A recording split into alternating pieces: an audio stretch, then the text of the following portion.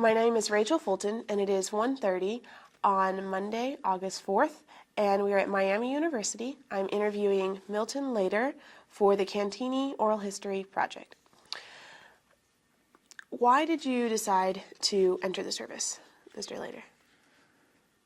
Well, I was young. I wasn't doing that well in school, and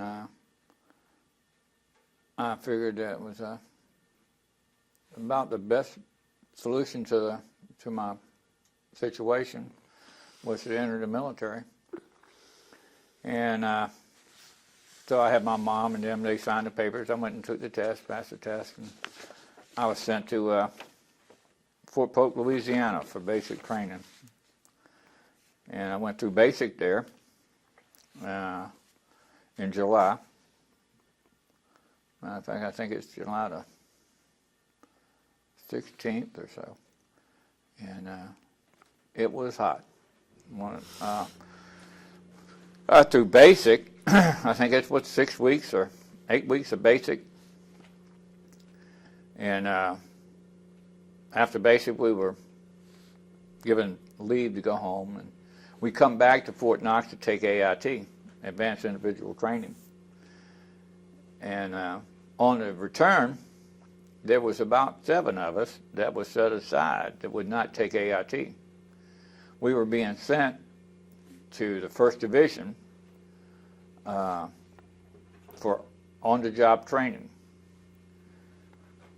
We stayed at Fort Polk for about 3 more days before we left, and we had orders, and we were being shipped by train. So I forget how long it took by train from Louisiana to Kansas, but once we arrived at Fort Knox, take that back, we left,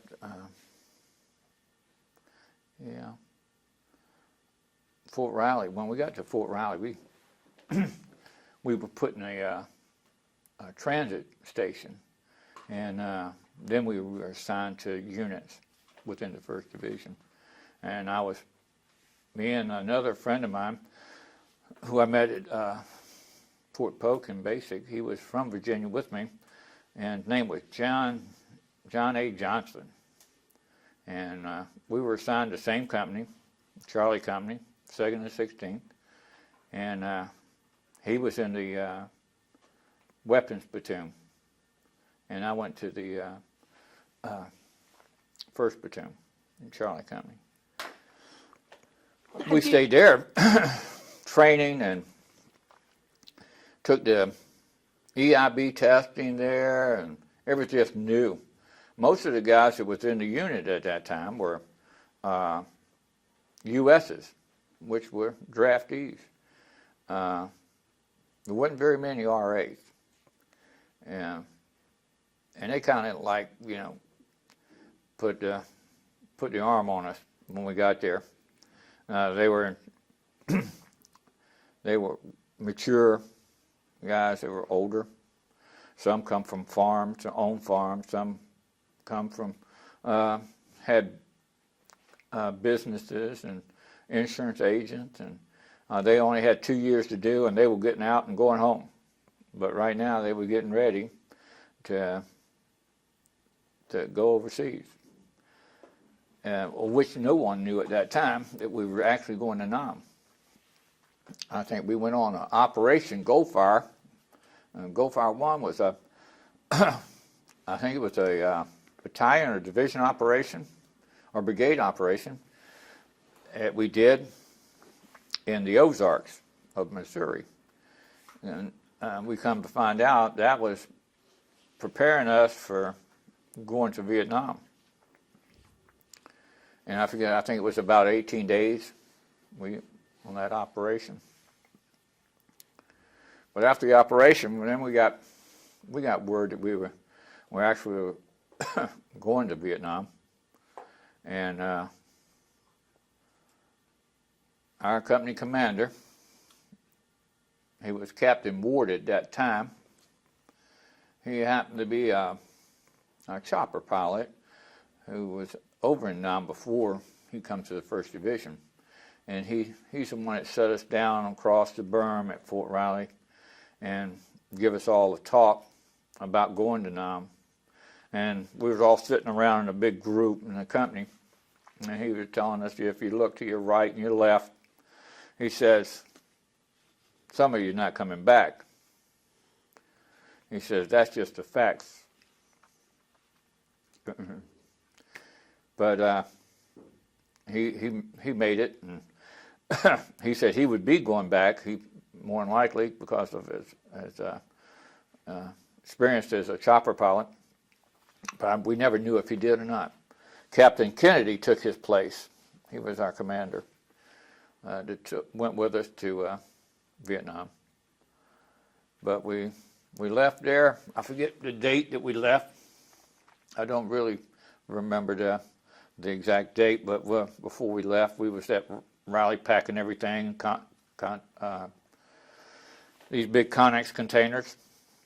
We had an A bag and B bag, and we had to load them up. We were making out our last wills and testimony, and we sat around there, and we had all this stuff to do before we actually left. And they took us, we went to, I think we boarded buses, and it took us to Kansas City, to the airport. And we were actually in uniform, full combat gear, carried our weapons on board. And think today you couldn't carry a weapon. But we had everything that we would actually fight with us when we boarded the aircraft. And they flew us to California. We got off that, got back on buses, and they took us to the port where we boarded the USS Gordon. And never in my life, and I was raised around water, have I seen so many people get sick, and we're still tied up at the dock.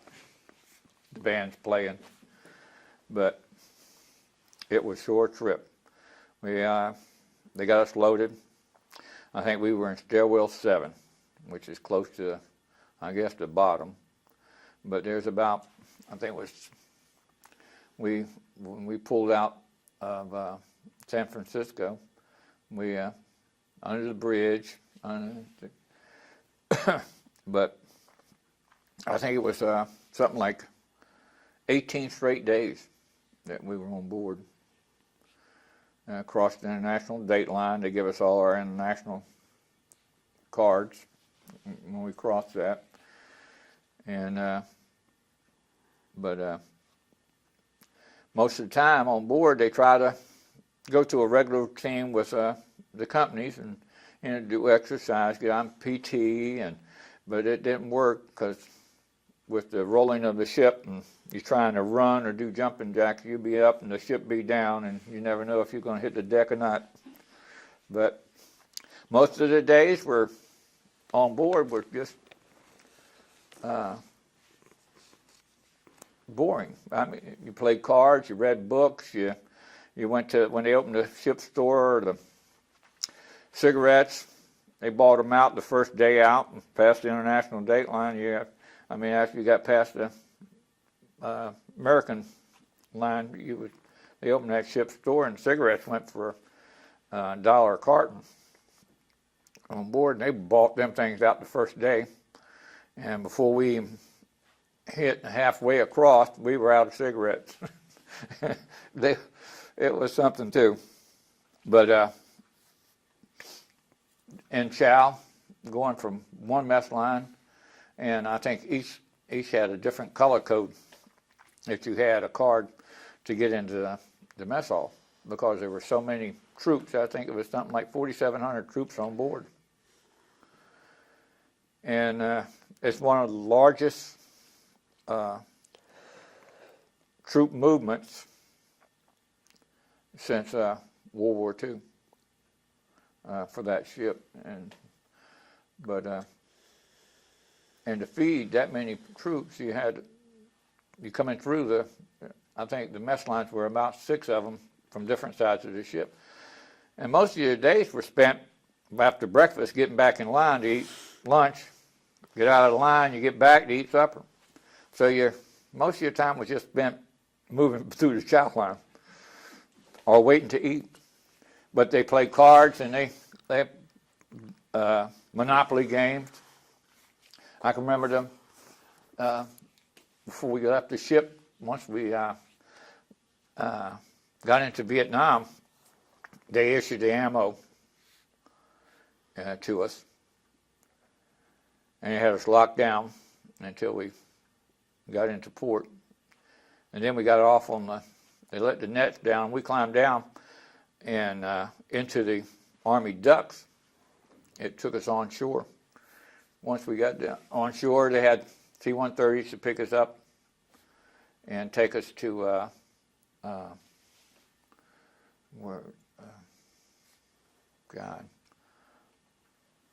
Benoit Air Base, I think it was. We flew into Benoit and got off of that, and they had to deuce and a half take us to Camp Ranger. It was across Highway 1. And that's where we made our base camp, and we worked on that for, I think about 3-4 months. We didn't do hardly anything but run patrols out around the base. We secured, matter of fact, we were mostly security for the air base, and we did a lot of patrolling between us and through the jungle to the 18th Battalion. And it became such a routine that the same route we always walked. I think the first night we were there, we had the biggest thunderstorm and rainstorm we've ever seen. And we're out on guard.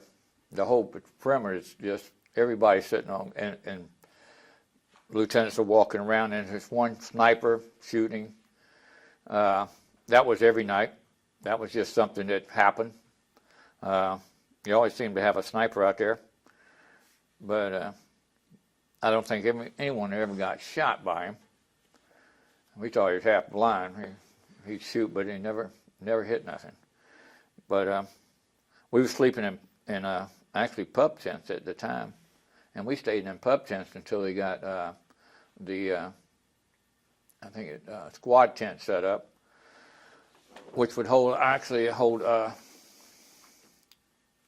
one platoon, I think one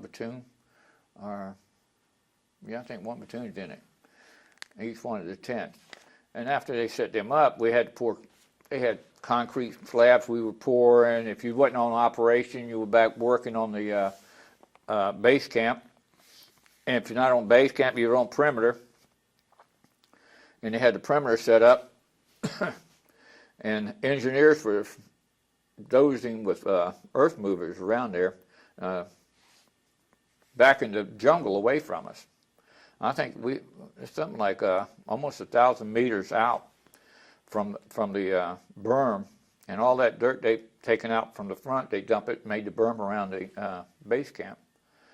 And I think it wasn't too long after that they had we thought we were going to stay there until we left, but they had built the church. Medics did.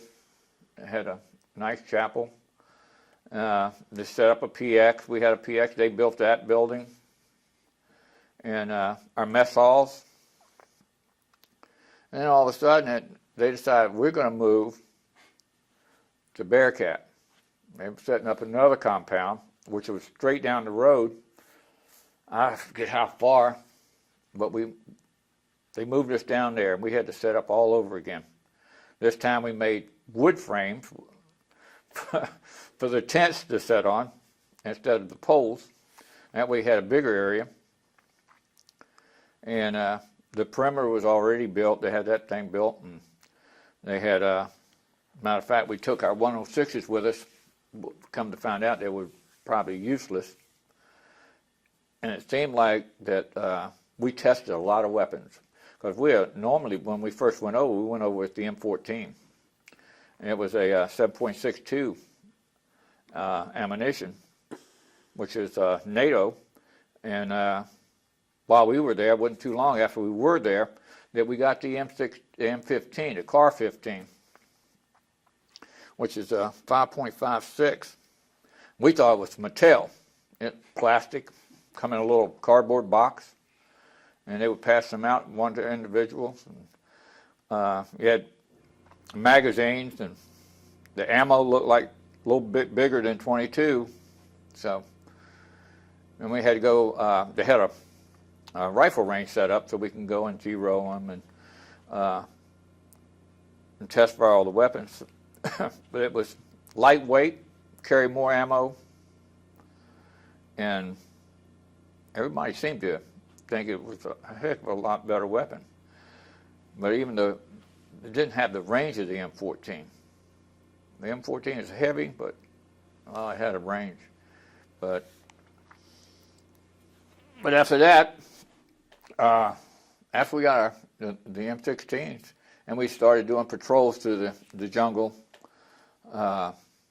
point men going out, and you rotate your men up front who were clearing the jungle with a machete, and he carried a shotgun. And I remember in a firefight we got into, our point man, he had spotted them and was getting ready to fire an M79 grenade launcher at him. And a bullet went right down the barrel and exploded, and it killed him. It was just something freak that happened. That a bullet actually went down the barrel of his weapon and struck that grenade and set it off. But I lost a lot of good friends there.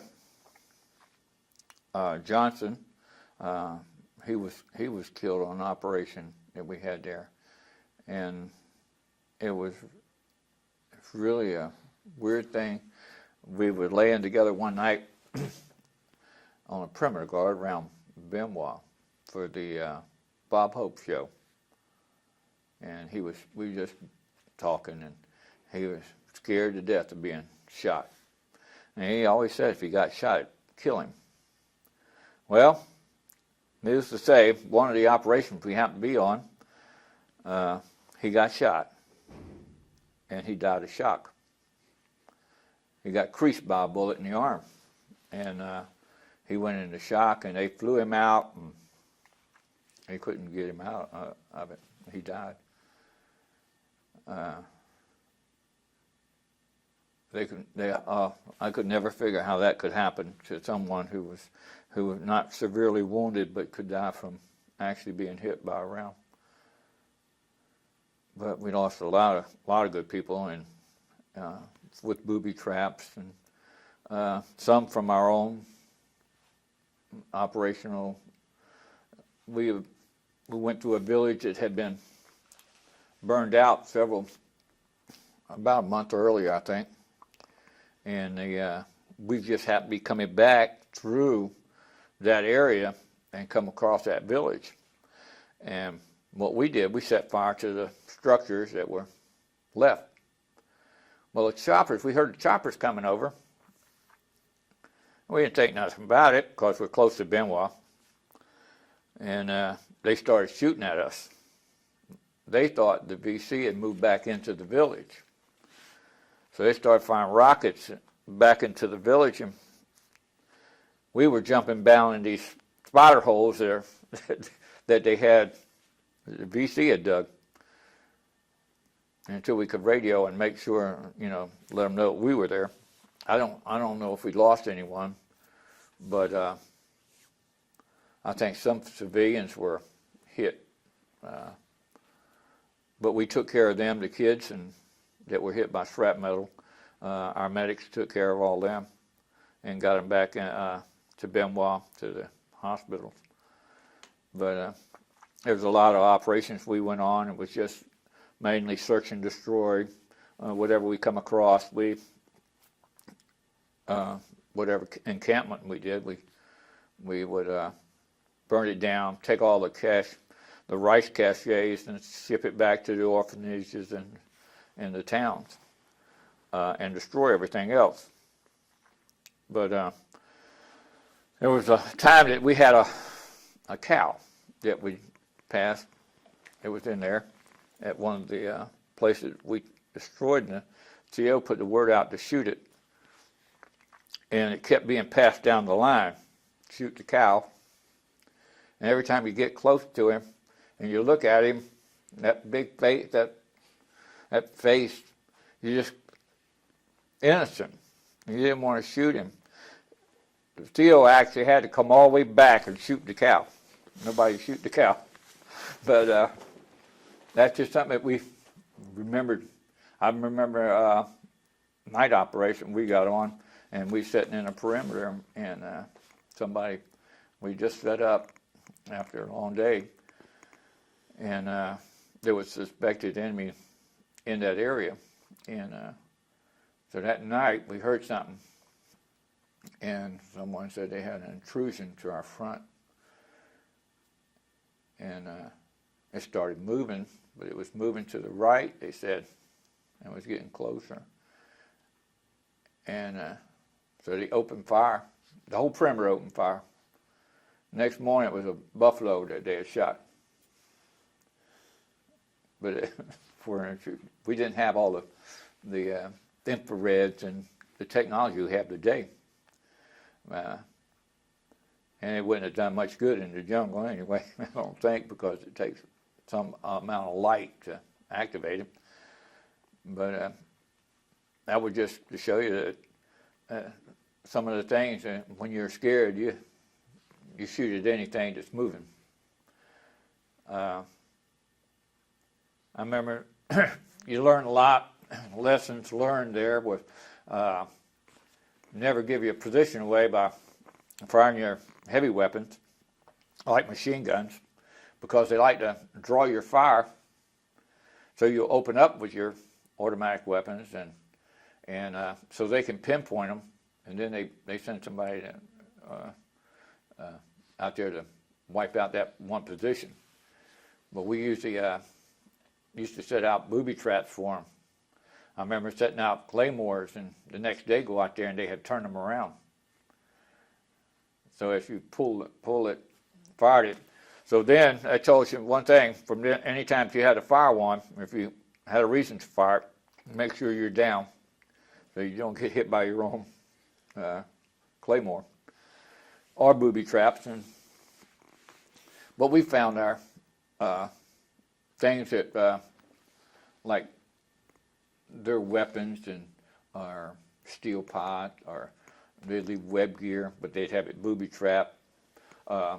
They knew Americans were after souvenirs and stuff, and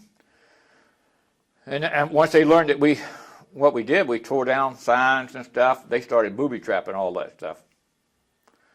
And we lost a lot of people until we learned, you always take a rope, tie it off on something, and pull it over it first, make sure it's not booby trapped, and you don't never pick up anything.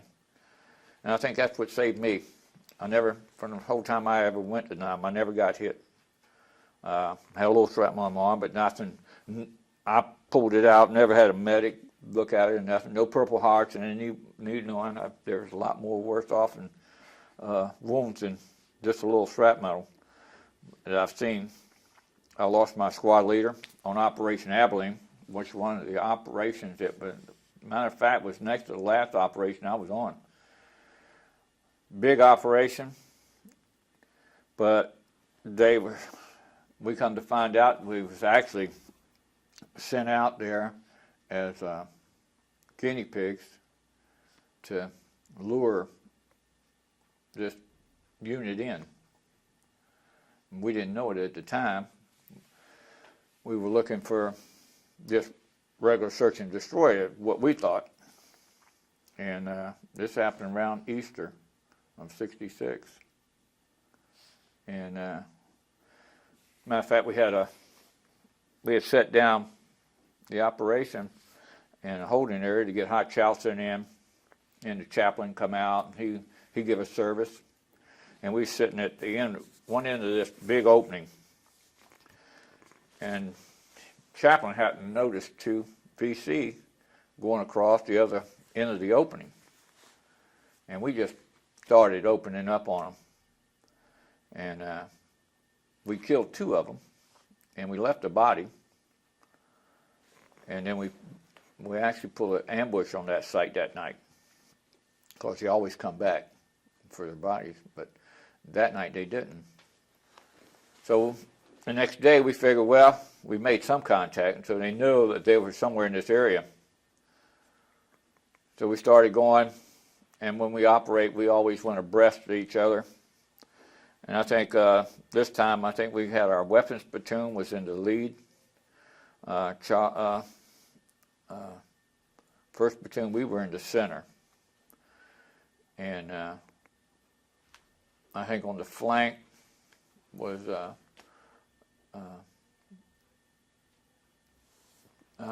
second platoon. And what we're just abreast of each other. And you got your flank security out. And you got your lead, your point man, what we call it, breaking brush. We sat down for lunch. And it was jungle. We were in triple canopy. And we got fire from the rear, I think it was. Nothing out of the ordinary. But then we got hit from the front, took sniper fire.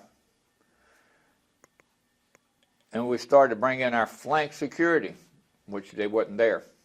They were dead. And then all of a sudden, everything just broke loose. And we were surrounded. We were catching fire from all sides. And I think the CO, he wanted to push out. So you always push to one side. And I think we went to the heavy weapons platoon was on that side. We were pushing. We received such fire from that area that we had to back up. At that time, we lost most of the second platoon. I think it was only maybe 2 out there that we got back. And we're going to back up, but we couldn't go backwards. We've taken heavy casualties at that time, from 50s being fired down from trees, down from above, down on us. And 50 caliber, be devastating. Had a RTO was hit, and he took a 50 caliber round, and it just took his backpack right off of him. The radio, everything went straight through him, and it was a tracer, and the smoke still coming out of him. My platoon, my squad leader was Sergeant Manley, and Manley had been through World War II and the Korean War. And this was his 3rd award on the Combat Instrument Badge. He had us backing up, and all of a sudden we started calling artillery in, and we were getting offshore batteries plus the 105s and 155s, and we had 1 Navy personnel with us. Then we called in medevac to come out there and start taking some of our wounded out. And when they did that, they were lowering these baskets down. There was, I think, 2 choppers. And it was such a slow process that one of the members of the crew on the chopper said that he wanted to come down, even though it's not his job to be on the ground, but he wanted to supervise it from the ground level. And he come down, he was supervising it. As soon as he hit the ground, and they started laying mortars and using the chopper as a reference point. And they took off, basket and all, out of the jungle. He was left on the ground with us. So we fixed him up with an M16. And it was getting around dark. And the CO had pulled us back to a perimeter. He was, the Air Force guy was killed. I think he got shrapnel or a bullet. But Sergeant Manley, we found him the next day, and I went over to to his body, and he was laying face down, but his face was up. He had been hit by shrapnel and just ripped his face almost off. But after that, we stayed there that night. Matter of fact, we went and got Lieutenant Crow, brought him back. He was wounded, but we could tell they had come in closer to us. Our perimeter wasn't huge. It's about as big around as this room. Most of the company was wiped out. And what was left, we formed a small perimeter, and we took our claymores out just arm reach in front of us. Because if we had to blow them, it didn't matter. It'd be better than getting captured. So we just put them out. So if anything did happen, we just blow it all up. But we had artillery fire all night. And we could hear them talking back and forth across our perimeter. And the lieutenants that we had left were telling them that they're going to try to make one more strike, and we needed more artillery, and we called it in closer. And but by then, they'd already stripped most of the weapons and bodies out to our front.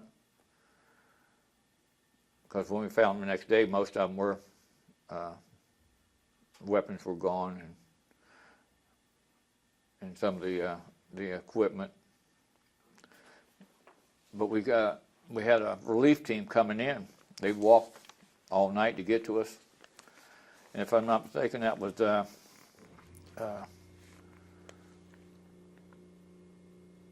Alpha Company, the 16th. Walked all night with our Captain Kennedy, who was he was at battalion. He was moved up to battalion. He didn't go on that operation. I forgot the CO who was out with us that day, but he walked all night with them to get to us. But we wouldn't let nobody in until daylight.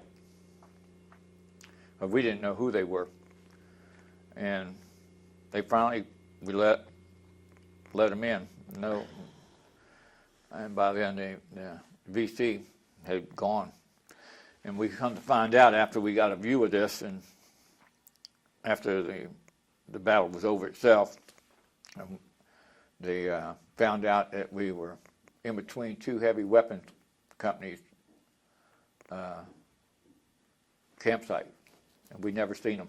We ended up in between them, and they surrounded us, and it was D-800 unit, and they were a regular Army, Vietnamese Army, regulars. And we'd never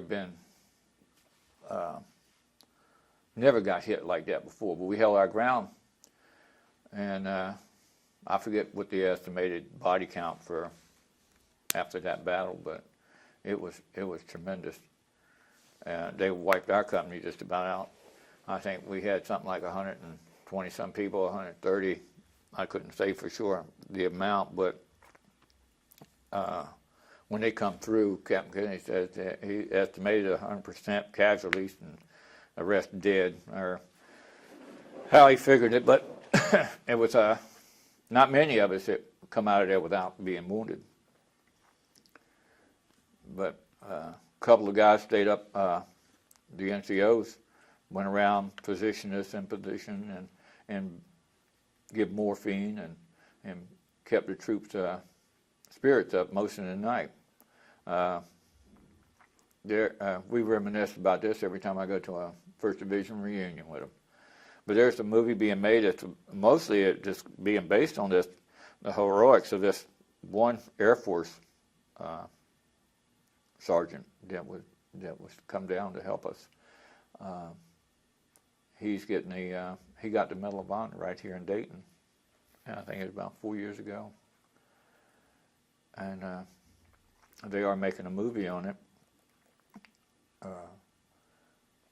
It's supposed to come out, I think, next year. We'll find out more at this coming reunion. But after that battle, and took us back to our base camp in Bearcat, and let us sit down for a while. They had to rebuild us. Well, I wasn't thinking about being rebuilt. I was thinking about going home. My tour was just about up, but all the guys that had come back off that, we trained the new people. Matter of fact, they brought some NCOs from other companies in instead of having all fresh green NCOs in the company. And they did bring in some other NCOs that had been in the country a while from other units to help rebuild our unit. Then we took them out to Benoit Air Base, and we did training out there with the new people. We got to meet Westmoreland. He flew in and told us what a great job we did, and knowing that we couldn't wait to get back out there and get even with them. I don't think any of us were really wanting to get back out and get even with nobody. A lot of them that went through that was just thinking about going home. But making sure we left the people who had to stay could actually survive. But it's hard to train people who've not been in that. We took them out on patrols, and every time we stopped, we dug, training people to dig a prone position to make sure that you got down instead of sitting down just because you want to take a rest and eat something. The first thing we always did was dig, made a prone position in case you did get hit. And some of them new people, it was hard to get through their heads that, and we got hit a couple of times, even with them. And we tell them, buddy, don't think about this hole if we get hit. If you don't have one, you're going to be out of luck. But our mission then, I think, was just to train the new people that they rebuilt with in Charlie Company. But it wasn't long after that, I didn't have to go out on any patrols. I stayed rear echelon, what they call rear echelon. When the closer you got to go home, you did perimeter guard at night, and you slept during the day, and basically had to run the camp. And you go on past to Benoit or Saigon. Some of my fondest memories going on past.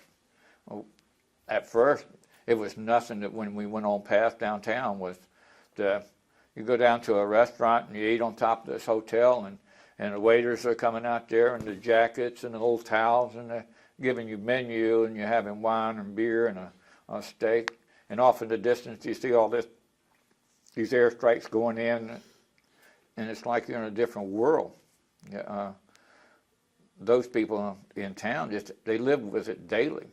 If I'm not mistaken, I think Vietnam's always been at war. They've been under so many different rulers, and matter of fact, I think in their one dynasty, they had 2 women that actually ruled Vietnam. But I don't know, the thing that was just that it was such a nice country. I mean, for a tropical area, my second tour there, I noticed some of the fruit trees that they grow there, the beaches that they have, and some of the tourist areas that they could have had if they wasn't at war. We actually, and I think it's some area they had for an R&R. It was on a beach, and the rumor was that not only we used it as an R&R area, but so did the VC. They had to say they were using it too, but it was just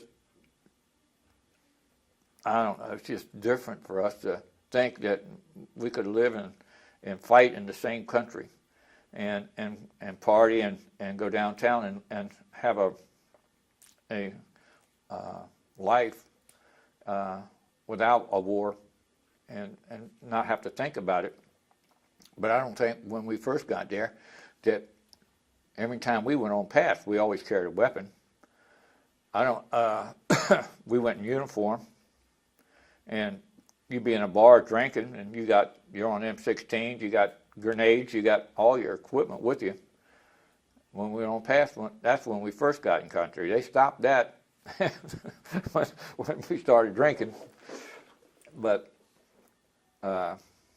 still in all, I had a 9mm Brownie I carried when I went on pass, and most of the troops always carried a weapon. You never know what you would get into, or what you might find. I think on one operation we had, it was close to Saigon. It was on a night operation, and we had set up in a perimeter. The company did, and all of a sudden we heard this noise coming down this path, and we had set an ambush up. And our guys halted them, and we heard Americans' voices. And the VC opened up. The Americans they just took cover. And it was at dark, and our machine gun position opened up on them, and they had to call that position to tell him to stop firing. The glow from his weapon, he was shooting so many rounds that it started getting hot, and you could see the glow at night from the weapon. We got them prisoners back. They were captured in Saigon on pass. They got captured either in a bar or one of the steam houses that they had there, but they were one happy bunch of people. We got them back. I think it was 2 or 3 of them. I've seen operations where we had a new guy come in. He was actually on the President's 100 rifle team, and he was sent to us, and we were sitting in a perimeter that night, and we had a listening post out front, and he heard a noise. Well, the listening post wasn't in the position they were supposed to be in, but this guy heard that noise, and he fired 3 rounds, and he hit all 3 of them. And that was his first operation and last. They were ready to kill him, but it was their fault. They moved their position, and he shot in the direction of the sound, and he don't miss. And he ended up being a gunner on a chopper. We heard when he left us, but it was devastating for him to have that happen in the company, in the same platoon that he was assigned. But they got him out that night. They got him out of the company and moved back to the rear. And on the first flight, when they took them bodies out of there. But that's just things that happen in a war, I guess. There are a lot of times that things happen to you that you think would never happen. I've been on a lot of listening posts, never had to worry about who's behind me, only to the front, or going on an ambush and not feel. They say, well, you're on an ambush, so you figure you're going to be up all night. You just, all of a sudden, you'll be dozed off. You wake up, and they tell you, well, you could have been captured, you had your throat cut, you could have been killed out there because you're not sitting in a group, you're on ambush, so you're positioned different, people positioned different areas. So there's been a lot of times we could have been all just wiped out. I never did like the moving patrols at night, roving patrols they call them, roving ambush. And the roving ambush, to make sure we would be roving, they would fire on the last position you were supposed to be at. You leave that and you're supposed to be at another location, they fire on it. Because VC usually follow you once they get your position. And so they tried to get them. So you had to make sure that you had to leave at that time. You couldn't stay. A lot of times some people used to stay in one place all night. But that roving, God, I hated it. It's just something about roving through the jungle at night. It wasn't great. I don't care how good of a compass reader you are. When you're running through the jungle, it's just bad news because you can't see. And there's been a lot of times that we've been on operation. We walked all night on a company operation to set up a blocking position for a big operation around the village. And and I'm telling you, we walked. And the only way you can walk at night, no move, you're holding on to the guy in front of you, his gear. And once you break loose from that, no noise, you can maybe hear him, but you can't feel him. And the guy stops. Well, they don't know that. They're still going. So we got trapped in that a couple of times. They had to call them ahead and let them know. Because on that operation, you could not be yelling out or nothing. You had to, once you set in a blocking position, you're going to it. You don't want to give your position away by all this unnecessary movement, even though you're walking through the jungle. You're getting hit by branches in the face, and because you can't see it, and the other guy's holding them out of the way, or they let it go or something. And you sleep on the move, holding on to somebody. You just steady walking, put one foot in front of the other, and you're just moving through the jungle, up and down the ravines and stuff.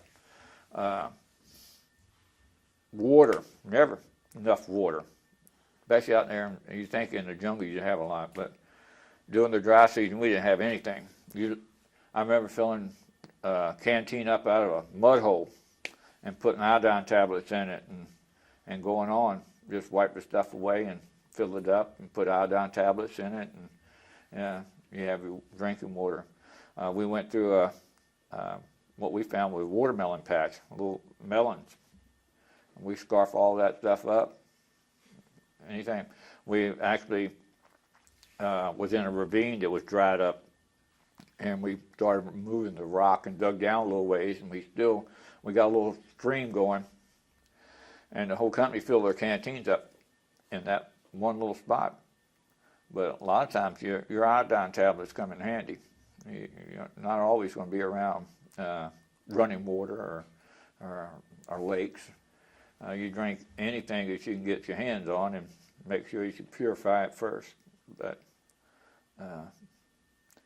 P38, and at that time we was eating C rations out of cans.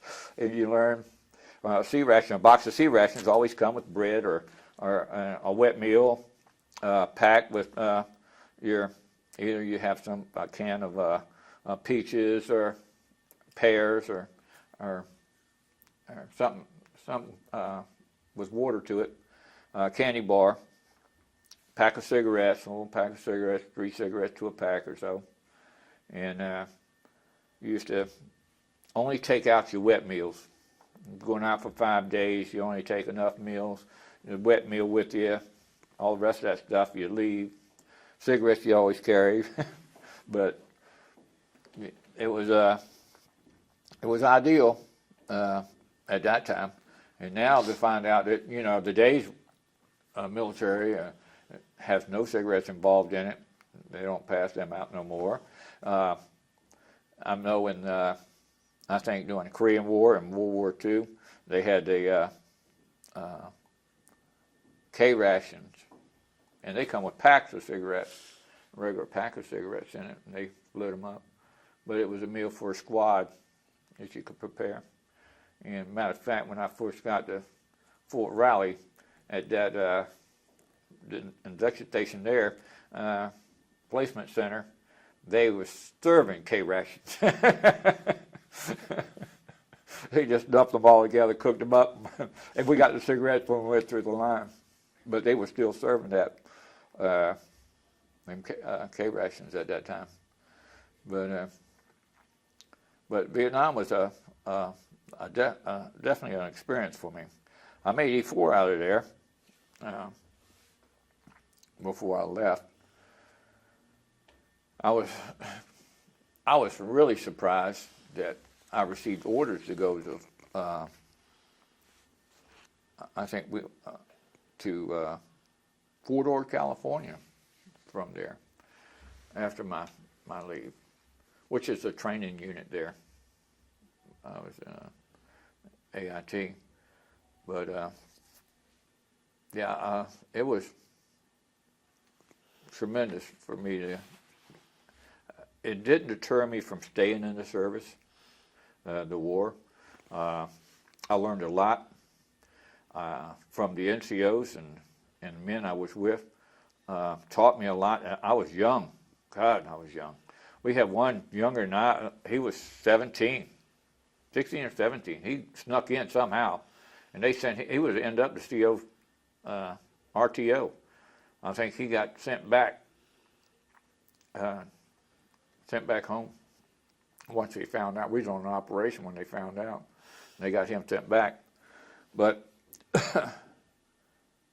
after I have come out of there, and what happened to the military in like drugs and stuff, you didn't. At my time and era, it mainly was just booze, liquor and beer, which was bad enough, I guess, but the drug scene, I guess, hadn't gotten into us at that time. I never heard of drugs before I come back to the States, and all the new people going over, and I didn't realize anything about drugs until I got back into First Division in Germany. And I almost wanted to quit the service because they had used Germany as a rehab. If you were on drugs in Nam, instead of shipping you home, they sent you to Europe, to Germany, to get you cleaned out. And what they did is turn Europe into one of the largest drug companies I ever seen. I think 50 to 60% of my company was on drugs when I got there.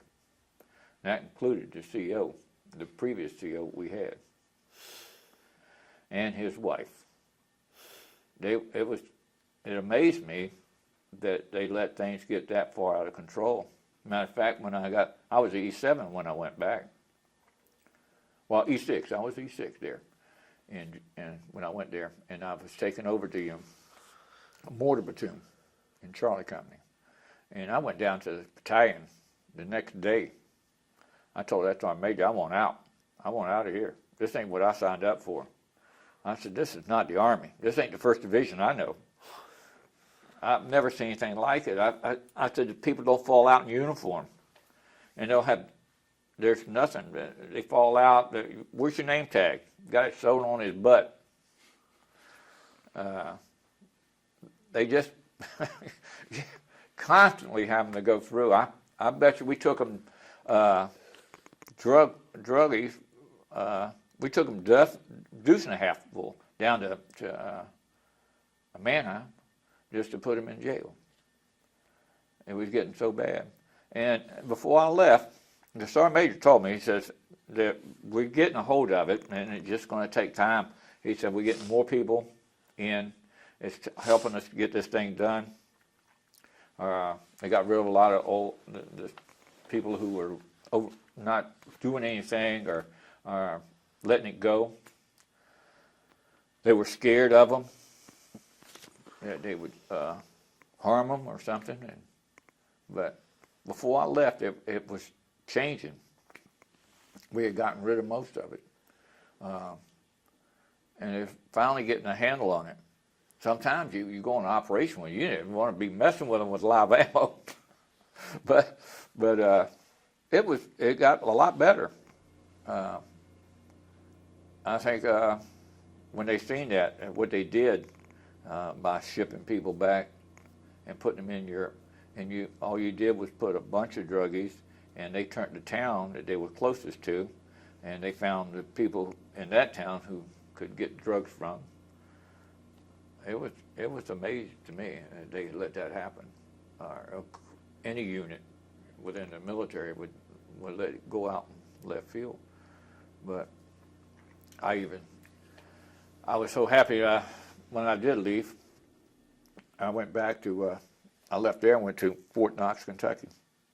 And I stayed there for a long time. I trained NCOs at the Armor School, the NCOS course, the Basic Officer course, Advanced Officer course, and direct fire and indirect fire, with calling for and adjusting FO procedures, and mechanical training on the 4 deuces, and computing with for round to be fired. I did that for a long time, but my last assignment was back in when I went to Panama Canal Zone. But I finished my career at Knox again. They were getting ready to send me back to Europe, but I said, I've got enough time, I don't have to go. And that's when my wife, she was, when we was in Panama, she was going to Balboa University. And she had taken she'd taken part of her college courses at Ohio State University. And in Panama, when we got stationed there, and then she finished up right here at Miami. When we got stationed back, I got stationed at Knox. She was the closest thing she could get, university here, and finish her course here. And I liked the area, small town. And our kids were raised right here, so I guess I'll stay for a while. But the military has been good to me. Never had any regrets of anything I've ever done within the military. I've always had a fond memory of it. Not so much as losing life of friends that I had in Nam, but now with the reunion and getting back with them, and we can discuss it, even though some people like to relive that war a lot, especially the Battle of Abilene. It was a conflict that they thought we should have never got involved with the operation that far apart from units. And when we found out that they used us as guinea pigs, just knowing we were a small unit and we was going up, they didn't let us know, but we were going up against odds greater than ours. And that's what it did to them. And we found them, but the consequence was heavy. Loss of life was tremendous. But now I get to only relive it once a year. I'm getting ready to go back to Colorado Springs for the First Infantry Division's reunion here on the 20th. I leave back, going back to see all my buddies and get to relive some of it again. But other than that, that's about all I could tell you about my life with the First Division. It was great. I still have some of my platoon sergeants are still around. Hopefully they're coming back this time. We've lost a couple here in the past, but my CEO is still, not the CEO, but my platoon leader is still around. I think he's Alderson. I think he was the XO on that operation. And I think he's up there. I get to see him every year. Matter of fact, he's in charge of this, on this movie deal. And that we just finished with. They wrote it up. I've got a copy, I think some of the copies of the story on that and it was going to be about us on the operation itself. But they've done that with We Are Soldiers, which was, I remember that operation over there. When that unit got hit hard, and I think that was the 101st Airborne. Yeah, they went in what we call, I guess, the Iron Triangle, and they were just mutilated. But they got a lot of them out. They held the ground. But and then that operation right after, not too long after that, we got on to Abilene, and so that's the reason they didn't make the movie out of just this. It's because they redid this, and now they're on that the operation with that that Air Force guy. But yeah, it was something to relive. An operation that you lose everybody, and what was gained, we never know. Yeah. Another question about Operation Abilene. Yeah. If it was so bad that, so many people were casualties or died, how come not everybody was killed? How did some people manage to keep the enemy off? Well, I think after the hours of darkness of that operation, it was a low in firing.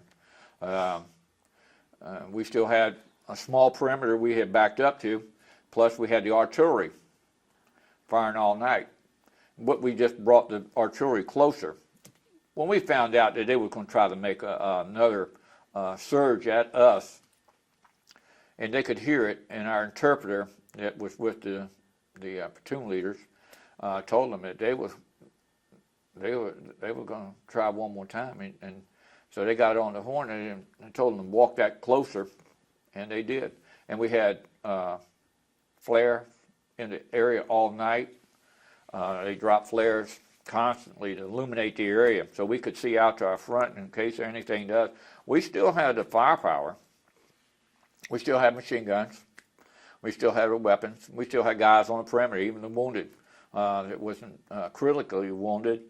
They were still on the perimeter. I was assisting with a machine gunner that we just picked up the gun and set it up. We had set claymores out just in reach of us. But consequently, they didn't make that surge on us. They just collected up what they needed and got out. Matter of fact, the next day, I don't think they seen any of them. When the other unit come through there, they happened to pick up the trail. After we left, that unit that relieved us, they got picked up the trail of the VC, and they started following it through the jungle. Matter of fact, they come across graves where they had buried from the artillery shells, the craters. They just covered them in and piled them in there and covered them. Makeshift graves and stuff for their people.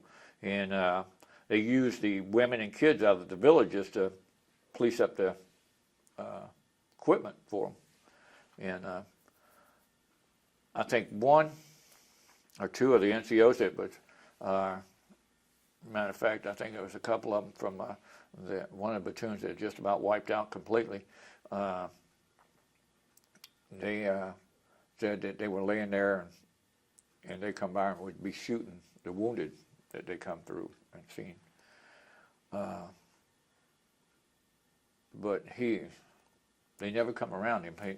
He finally got back to us. But they never made a surge that night. Even though they probably had the strength to do it, they didn't know how close the other unit was, I guess. So they kind of took their wounded and left. But we committed, well, I don't know how many it was. They estimated that we had killed, but it was up there compared to ours. But they never made another surge that night. I don't think anybody slept either, but yeah, till the next unit come in that morning early at daybreak. They had to wait until first light so we could identify with them. They laid outside the perimeter that night. That's what it was. They laid outside because we would have let them in. And they didn't get there until early in the morning. I think about 1 or 2 o'clock in the morning, or maybe later. But they had to stay outside because we were shooting anything that moved. They didn't want to take a chance of getting hit. So they waited till first light, and then they made the move to come in. And once we could identify that they were our people, it was all over. We were just happy to see them. We spent the rest of the time with them, and they set up the security, and they helped bag up all our bodies and stuff in the bags, and we helped carry them over to the chopper.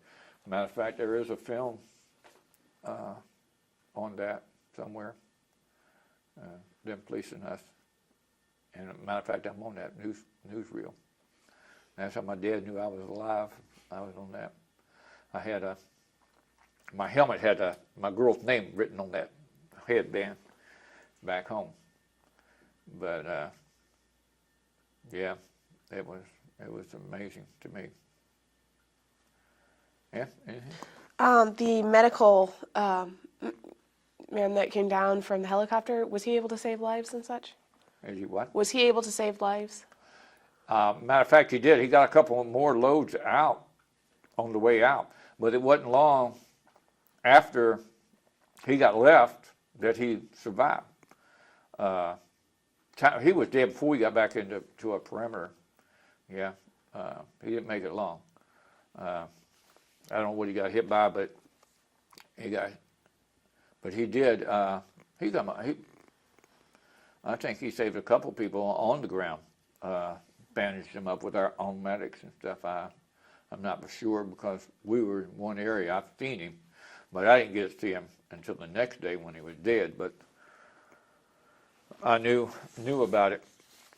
Matter of fact, a couple of wounded took another guy's place on the helicopter. It stayed down with us, but if I remember that guy, it was amazing that what he did, and he didn't really have to be on the ground. It wasn't. They normally would not be on the ground with us. They're specifically in the chopper bringing them up, but he figured it would go a lot faster if he was there supervising the loading and getting them out of there. And it was going well. They may come back and took another load, and by the time they got back and let that basket down, we loaded somebody in it. They were using them as targets, and they just took off, and basket and all going right up through the jungle. And they just ripped that sucker right out of there. But it wasn't that long, I don't think, after he was on the ground, and that we were still moving, trying to get a grasp of where they were located. And when we found it, we had to set up a perimeter around this big tree. That's where we ended up. And but I forget who the CO was. I remember our first sergeant and a couple of the other NCOs that was with him. Had them all gathered around that area and set us up in a perimeter firing position. And we fired from there. But we mainly started shooting in the trees just to knock out them 50s. And I think we did a good job at that. There was another guy who received the Medal of Honor from that. And Robertson, he received him. He was running around with an M79 shooting right through the jungle, and he could see him in the trees, and he was shooting. And they got him. Once they found out he was doing damage, they just aimed in on him, and they killed him. A couple of guys that was behind me, new guy was in my squad, got hit. And I thought he was asking if I was hit, and I told him no, just keep moving. And come to find out, he was the one that was hit. He got hit in the neck. And we stopped and got him bandaged up, and we started moving again back to that perimeter, and he didn't make it. They got him. Several people I know, I got between two. We were around a tree, and one on one side of him and one on the other. And he got hit, but he said he got me. He could feel all this water, and actually what it was water. His canteen got hit, and the bullet was in it, stayed in his canteen cup, because you got a metal cup your canteen fed in, and the bullet hit it, didn't go penetrate it, and the water leaked down his leg. He thought he was hit, and actually he just his canteen got hit. But I've seen him where a bullet went in this guy's helmet and went around and come out the back. And you get your steel pipe, but you got a helmet liner that goes inside. And what it did, it went through the front and kind of angled off the helmet liner and shot out the back of his helmet. But it was just weird things like that. I remember cleaning on operation, cleaning a shotgun to make sure it's working. I was loading it and oiled it down, and I was pumping the ammo in and out, and I was ejecting the rounds, and I chambered one, and when I pulled forward, I come back on the trigger and fired, but the round didn't go off, and it was pointing at a guy's head. It was sitting down from me eating chow. And I ejected the round, and the primer had been hit. I give it to him. Told him, "You're lucky." But it could have been a melon, but it was just, you're not thinking. I was young, sitting there messing with that shotgun and not thinking. And we were just taking a break on our operation, and we were in a pretty secure area. And but things like that happen. It made me feel good. It didn't go off. But I remember sometimes in the Mescaline plantation, biggest rubber tree plantation I ever seen. And we had sat in there, and they had it built by the French, owned by the French, and they had this big pool. And it was built it was up in the air. You had to go inside, and then go up, and they had concrete platforms you went out on, and you could dive in.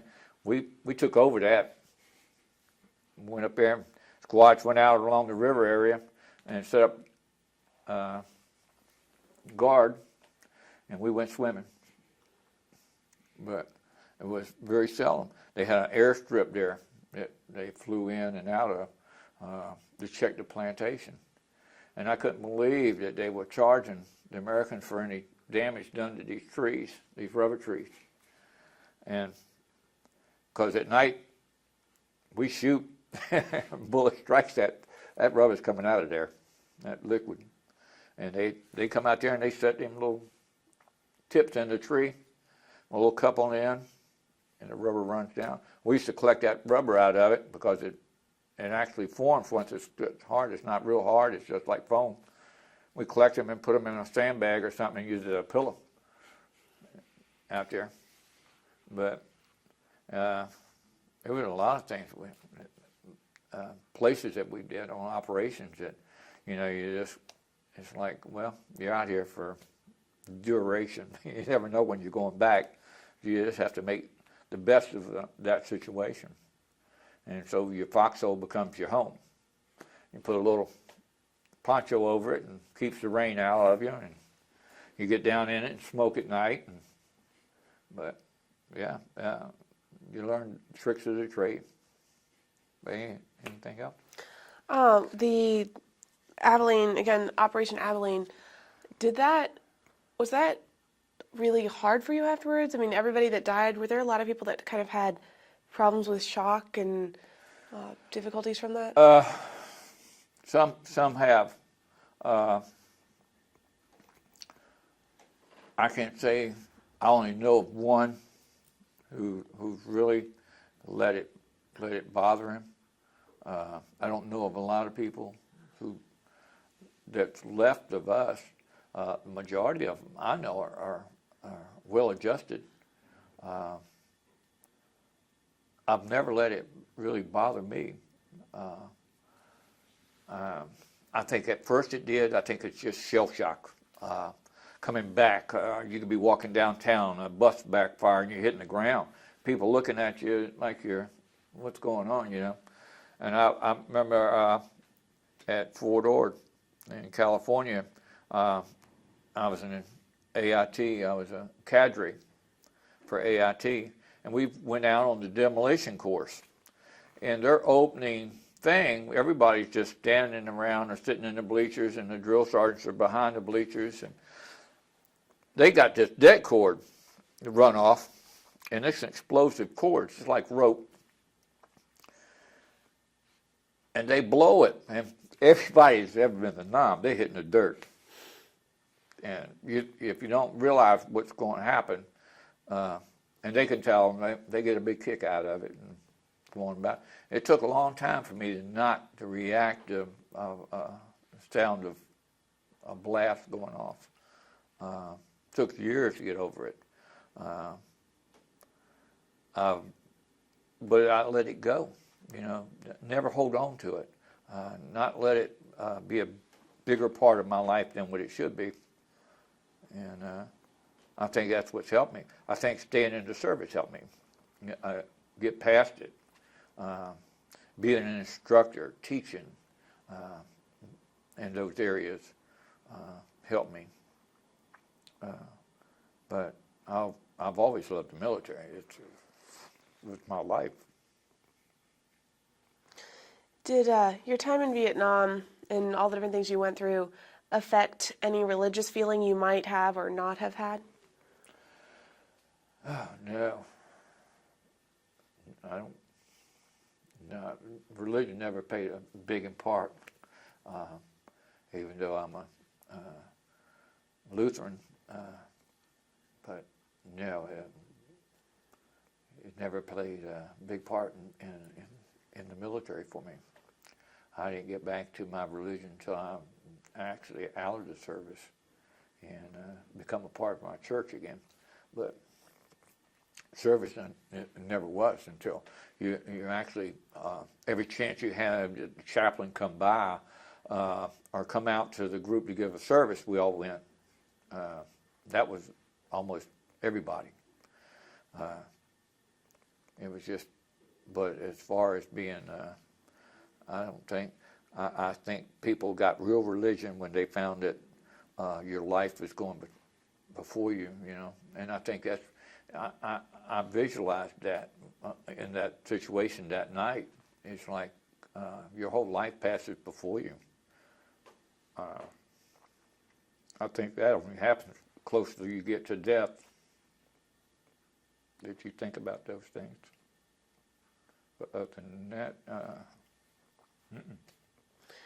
how did you view the Vietnamese people in the ARVN? Oh.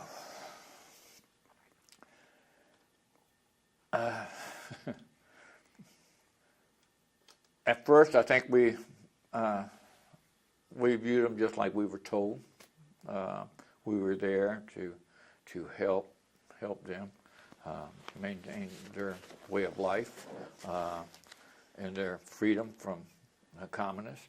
But when you're going out on a patrol and you see young men that are riding around on bikes and motorcycles and smiling and laughing and they're not out here helping to actually fight. They're not involved in the fighting, but yet we're losing our lives all the time. I think it changed us towards them, not the kids per se. I think we had a passion for kids that we collected them up and took them and put them in these orphanages. And it's the only thing we could do to actually help them and their parents and the women. some villages we went through, we never seen a adult male, kids and women, and old guys, but young men that we hardly ever seen. So, but you go downtown Benoit or Saigon or something, you're seeing a lot of them just riding around, like they're partying down, and here we are out there fighting. It didn't make much sense, but then you get hardcore towards them because of the fact that you don't think that they're being as helpful as they should.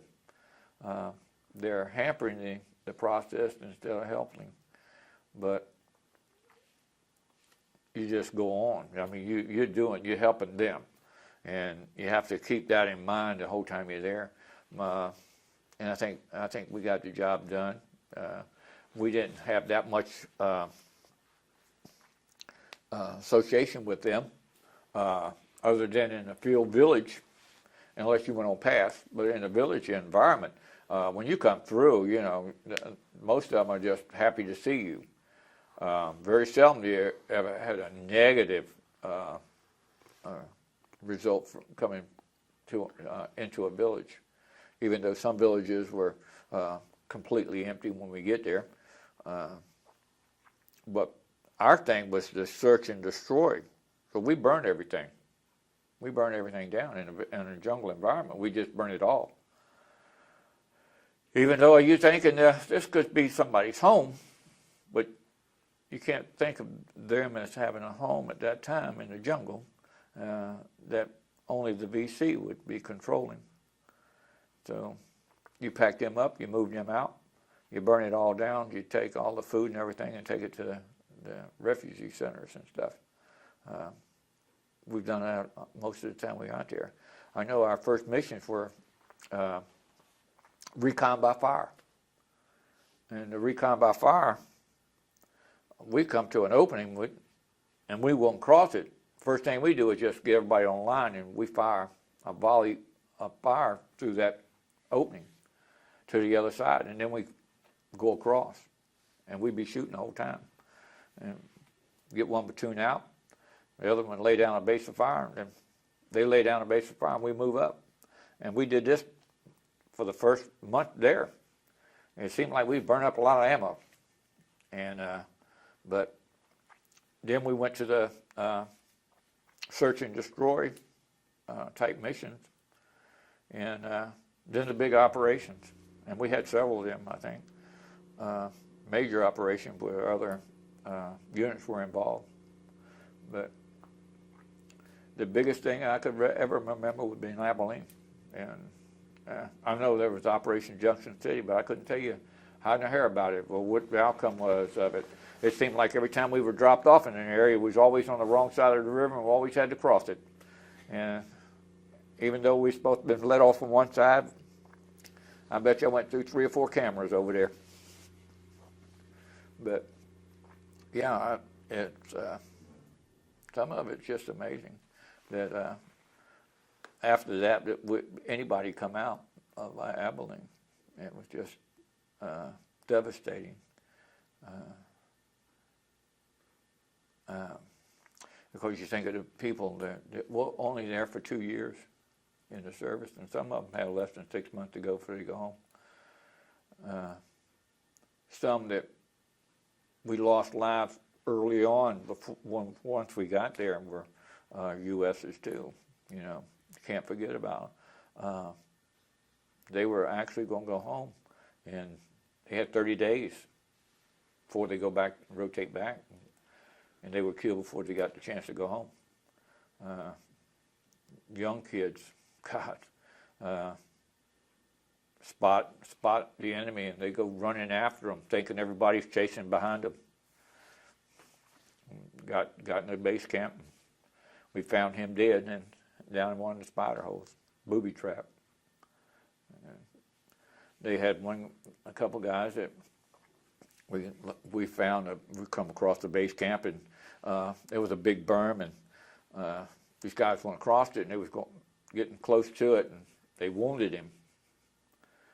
And we were on one side of the berm, he was on the other side, and they had pinpointed him, and we couldn't get to him.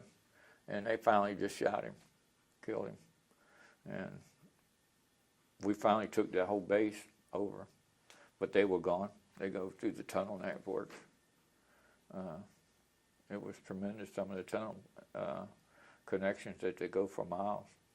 They had hospitals under there, and supply rooms.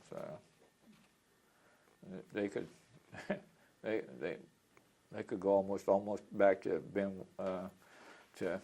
Benoit, be downtown. You never know who they are. The only thing about it, they all look alike once they're out. They never using uniform per se. They had the little hats, little pointed hats on, a little black sandals they wear, and that wasn't the regular army. That was just BC. And then the regular army had some type of a uniform. Then you had the Chinese mixed with them, and you knew the Russians were supplying them with arms.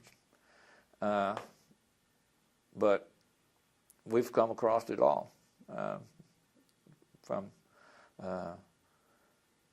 their weapons and ours that they're using against us. I tell you, it was something.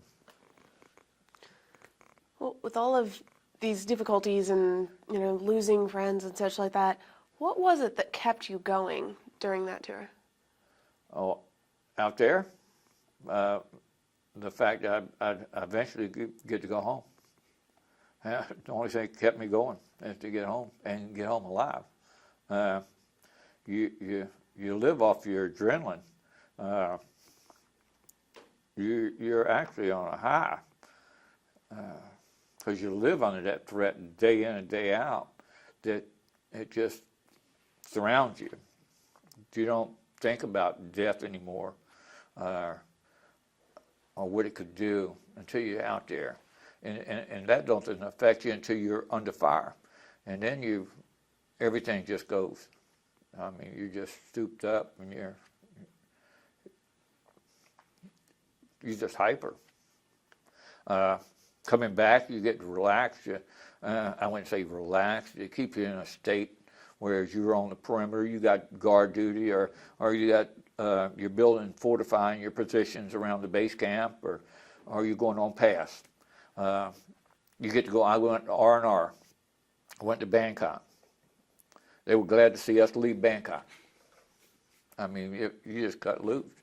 It's a big party. Spend everything you got, and you go back. You hate to go back, but you got to go back.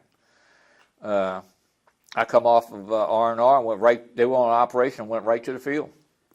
So you come from one extreme to the next. It's not like you're getting time off like you're going to work 40 hours and you're home, or you're back at base camp. You leave base camp, you never know if you're coming back to base camp. You don't know. And some of them said that, if I'm not mistaken, General Depew said, we're not here to build base camps, we're here to deter the enemy. And we're going to stay out in it until we do it. And we stayed out in it until you took casualties. We didn't come back until we took casualties, and we come back. But that was just life. Being in the Army, once you're there, that is your life. You don't have a family no more. That is your family, and everybody who is connected to you in that situation, it's your family. What did you use to be able to tell if you were winning or losing? Oh, if you're winning or losing? What did you measure that by? I don't know if you ever thought of winning or losing. I don't think there is in Nam there was a win or lose situation. Every day you come back and you only lose one person or two, that was a win for you, or you come back alive. I think that's anywhere. I can't say if we're. I don't think it's like a conventional war. It's guerrilla tactics. And in a conventional war, you have a line, and you're fighting, and you're going in one direction. And here in Nam, you're fighting 360 degrees. You're fighting all directions.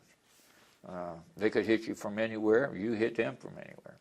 They never know, but basically, I think they knew where we were going to be.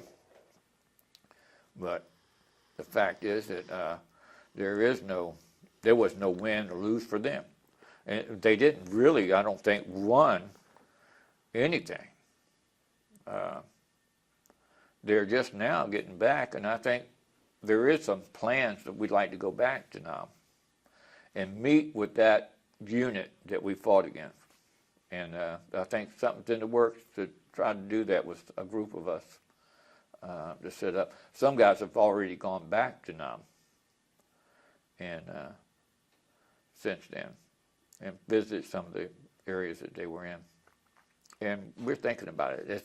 It'll take me a while before I make the yes or no. My wife says she'd like to do it, but I don't know. She didn't go. So that part, I don't know if I could do. Who would you be meeting with? Huh? Who would you be meeting with there? The unit that we fought against. Huh. There's those survivors. There are those survivors of D800. And they took a substantial loss out of that unit during that battle. But we've talked about it every time we go back to a reunion. We have talked about that. Getting a group together and try to go back and meet with them and just go back to some of the area to where we fought. I like to go back to Bearcat and Camp Ranger and see those areas if they're still there.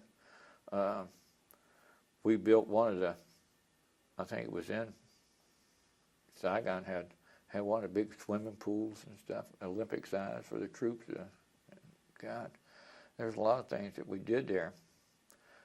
Wasn't all bad. We built up Vietnam. We did a lot of construction there. If I'm not mistaken, Lady Bird Johnson had a construction company in Vietnam. And so you got to look at some of the things that we did for them, roads that we built, and a lot of villagers that we saved, and wasn't all bad. The conflicts that we did were bad, I think. But then you got to think, did we really go for a reason? Why didn't we just go into Hanoi? I never understood why we didn't go that far, take that extra step and put troops on the ground there, and instead of steady right there in the south. And why didn't we go further north and push them out? But our decision and politicians ended it.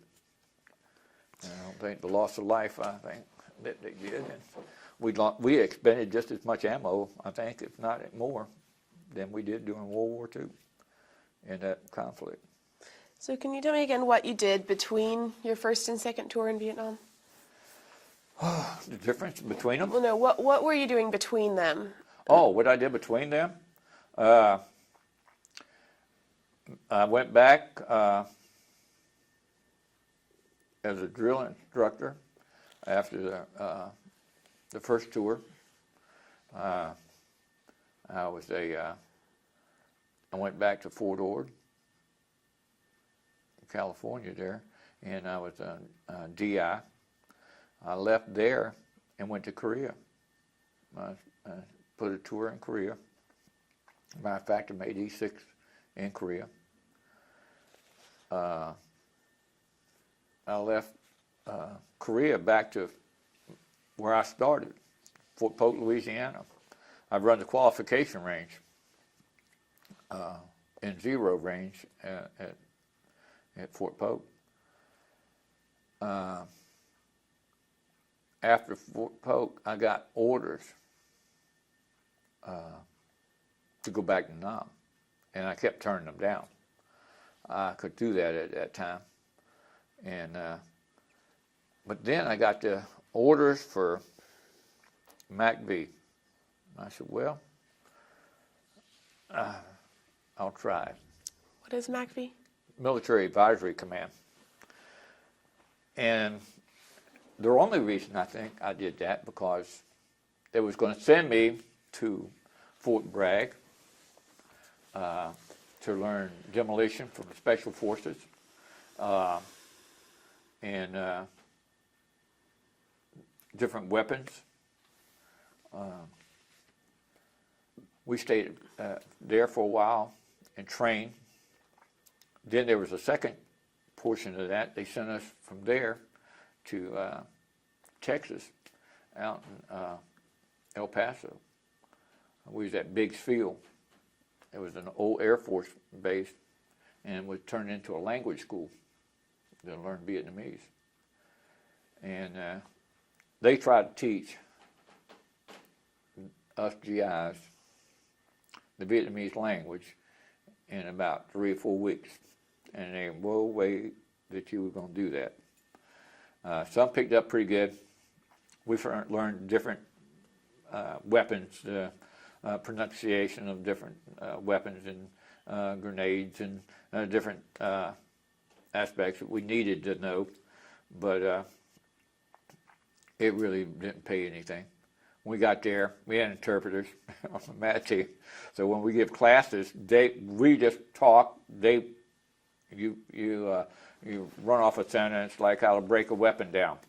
Then he'll tell them. We're going to start with disassembly of the M16, and then the interpreter will tell them. And I have a group of troops right there, village guys, and out there with their weapons laid out on the table, and we give a class. Mortar, I give a class on mortar. One of them would give one of the NCOs on the MAT team would give instructions on setting up claymores and setting up a perimeter around them, and how to do some of the things, the communications, and different communications that you have.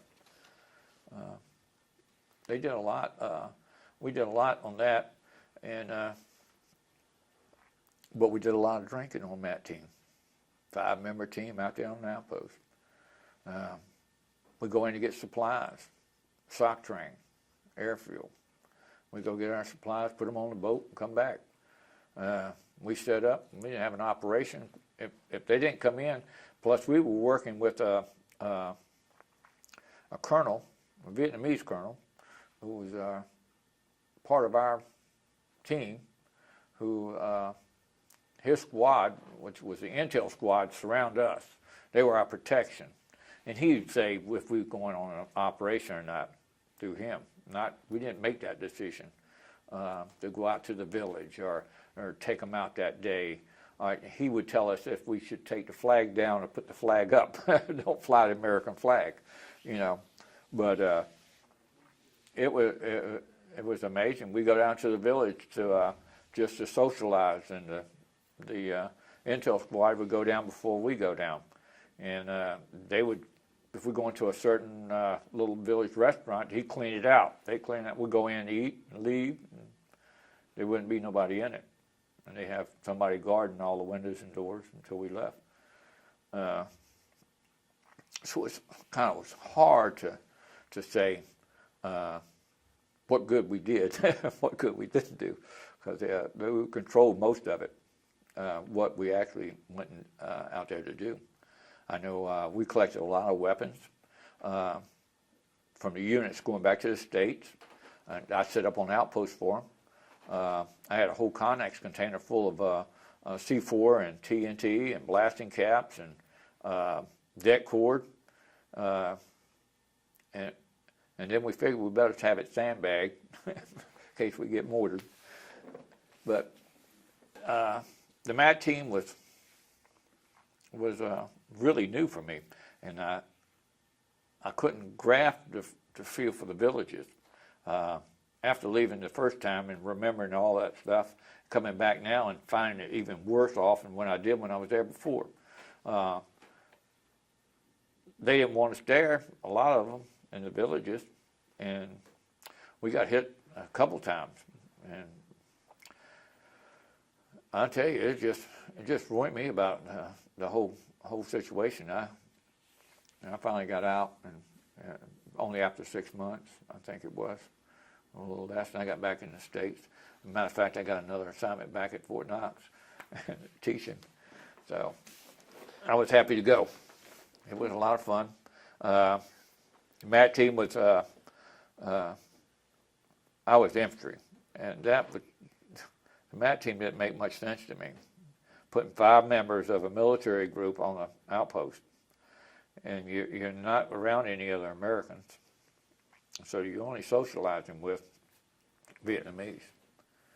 And after a while, that got to me. I had to leave there. It was just something I didn't like and didn't enjoy doing. That would get you killed if you're not sure what's going on. And but things happen, and it was best for me and Vietnam. And I went home. Were you sent back, or did you ask to go back? I was sent back. Yeah, they said I wasn't building any rapport with them. I was sent back, but I was happy to get those orders. What year was it that you were there for this? I think it was in '69 and '70. I think that's one of the years I was there. But I also got the Bronze Star while I was there, my second tour on the MAT team. I received a Bronze Star with V for valor. Me and a medic. There was a patrol boat, Vietnamese patrol boat that got hit, and the BC was trying to take it over. And they called for help, and we're the closest thing. So me and the doc put the 60 machine gun on the mount, and we took off, and we laid down a base of fire at the boat, so they couldn't take it until we got help there. We received fire too, but we kept moving. We're a lot smaller, but we kept them from taking anything off the craft itself. And I didn't get that until I got back, and I didn't even know it until I got back to the States, and I even got an award. And I received it at Fort Knox. But even though I didn't do a lot in my second tour, but I still performed whatever duties I had in a professional manner. So I was happy with it. You said, were you in the same area as you were in the first tour? When you were there in the second tour, were you in the same area of Vietnam? No. I was in Soc Trang. I was really on the coast. God, I forget what the rivers are that run through there. There's 2. We were almost in the cross section of where we were. We were in Ba Xuan area, next to Soc Trang airfield.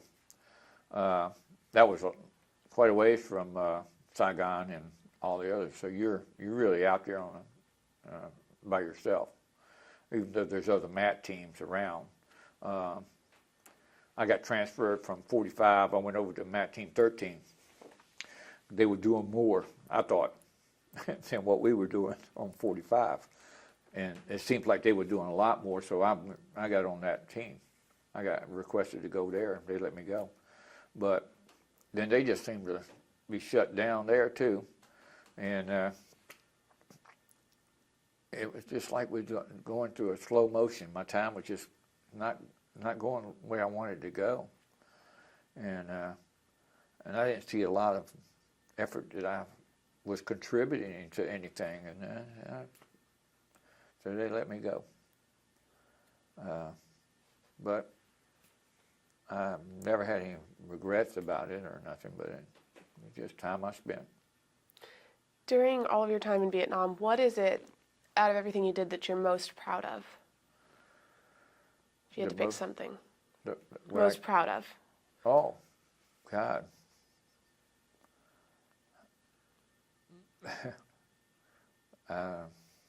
I guess, I don't know. Being a part of Abilene was, I'm thinking, the most proud I am of being able to be there with those guys. The second thing would be the Bronze Star that I received for that the boat incident out there, that Vietnamese patrol boat, that I'm the most proud of. Being able to actually see something positive out of a negative area, doing some good that I was there sent to do, stop somebody from taking something, or being able to take it, and only two of us doing it, and I think that was one of the big thrills I had. The whole time we were up there shooting and being shot at, it didn't faze us at all. You don't think about it. It's something that's just you're just going through emotions, and you know what you have to do. You do it, and that was it. Just like Abilene, you're scared the whole time.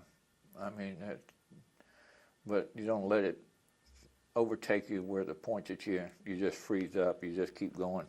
But the adrenaline just keeps you hyped up and doing those things.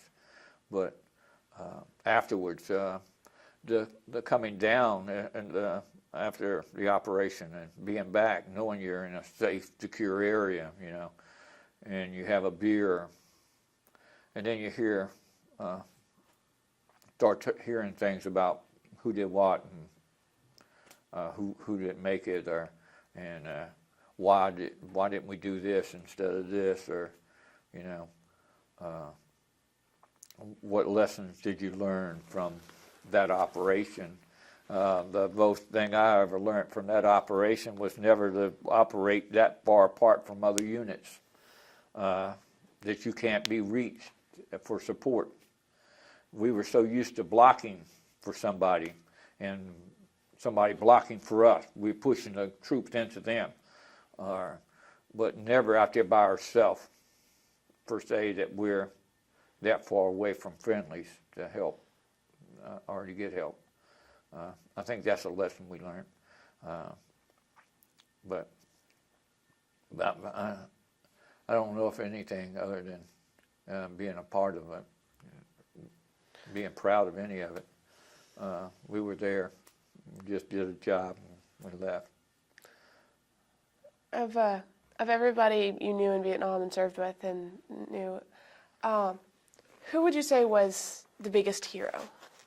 Oh, God, I think Robinson, Sergeant Robinson. He was my squad leader.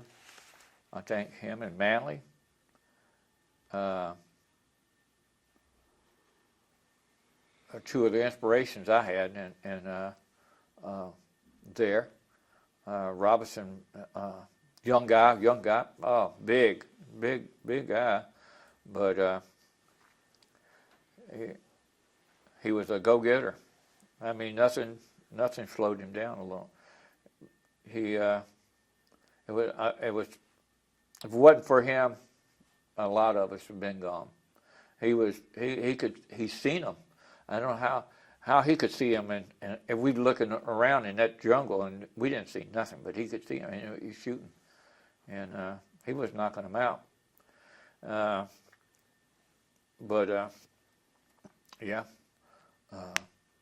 Sergeant Manley, I respected him. I thought, he taught us a lot. He was, they called him Fugash from the Korean War.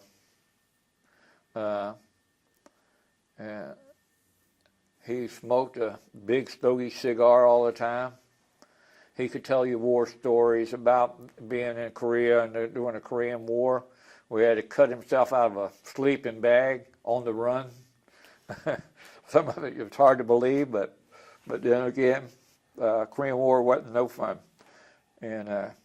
But he always slept, and if you had to wake him up for guard duty, you made sure you poked him with a stick or something, because he always carried a pistol. He slept with it, and you made sure whoever had to wake him up did it real easy. But we learned a lot from him. We lost both of them in that battle. I think my platoon sergeant, Sutterfield, hardcore individual, but fair, well-liked, still is. He just can't make the reunions, but a couple others still get there. But most of the people I knew in my platoon that was in Vietnam and in Fort Riley with me are almost gone. If they wasn't killed there, they don't make the reunion. Even though we stay in contact with a lot of them by email.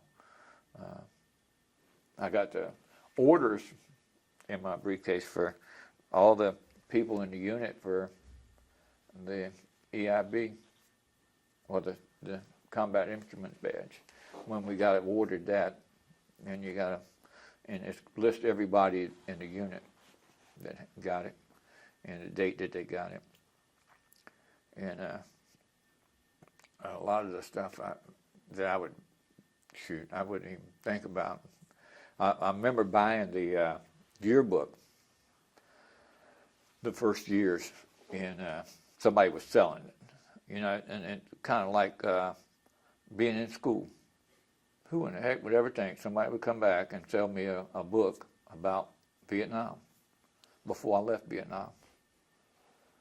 And it'd be the First Division's first years. But I received one in Fort Ward, California. It wasn't too long, or my folks did, somebody did. And I got it, and I kept it all those years. I take it back to the reunions now. It made it through life with me. And even the copy of my Bronze Star award. I actually lost the Bronze Star in shipment somewhere over the years. But now I got all my awards and decorations. I had it made up about 3 years ago and put in a display. But I look at that, I said, now why would I want to keep this? So I don't know. I think I told my wife, with the kids and stuff, but even that, to me, why would they want that? And so I don't know. I think when I get ready, I'll have my wife donate it to the division, and but that'd be their choice. But my life in the infantry and service has been great. I couldn't have picked a better life, even afterwards. I've done a lot even after the service. My dad was always worried about me. If I got out, what would I do? I was in the infantry, so you can't put that on a resume. What do you do with a resume? But you've done nothing but fight and mortars and guns and stuff. It's not like you have a trade that you go out and market. So he's always worried when I come out. I told him, so I went to school. I used my GIB. I went to school. I took a couple trades, and everything worked out. I worked for a paper company for a while, right here in Hamilton, Beckett Paper, and I worked for them for about 9 years, and I took the buyout, and I'll get retirement from them. I decided to work for the school system as maintenance over here. I did that for about 8 years. I get retirement from them. I draw it now, plus my military retirement. I've been with the post office for 13 years, and I'll retire from them one of these days and draw my Social Security. And hopefully I've been part of the baby boomers, so life's been good to me, even after Vietnam. I just feel that today's military, how they reacting to the war that goes on now, the conflicts, they don't call them all wars, they call them conflicts or police action. Korea was a police action, and it's hard to put your thumb on them and say, what good is it? Or what good are we getting out of it? If the life that is lost, and all of a sudden somebody says, this is it, we pull our troops out and that's over. Then what was it for? Beginning. Why did we go there in the beginning? And to see this type of an end to it, there is no end. So if you go in with a purpose, finish it, come out with the result that you expected when you went in. And you couldn't ask anything from your troops other than that. And they're giving you everything you got, and hopefully that you'll do good by them. So that's it for me.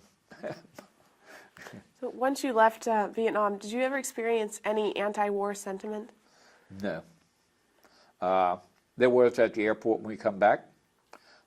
Protesters and stuff we were warned of, but as far as me seeing any, I was in uniform, went from there,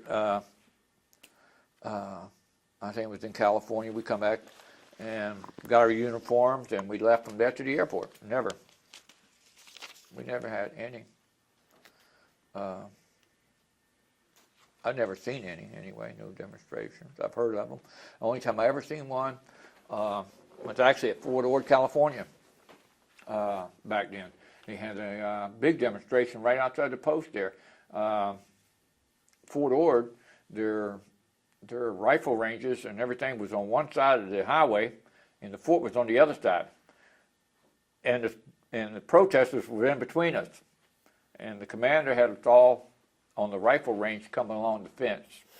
And they all had weapons, and they had the troops on the other side of the fence come up against it. They had them in the middle, the protesters, and they broke that up real fast. But that was the flower power age, too, in the 60s. A lot of that stuff was going on about Vietnam and the protesters against Vietnam. But as far as me being involved in doing any of it, no, never. Matter of fact, I didn't even get out that day. We was out on a range somewhere, grenade range, not on the firing ranges. So we went at the beach range. But I heard it was something, a lot of protesters. But California still got a lot of protesters. But other than that, no, I never did see anything, especially when we first returned. I think the most protest was my dad. He was glad to get me back. Yeah, but no, I didn't see anything. Well, I think that's all I have to ask. Is there anything else you want to add before we end the day? I don't have anything other than that. I'm satisfied with what we've done here.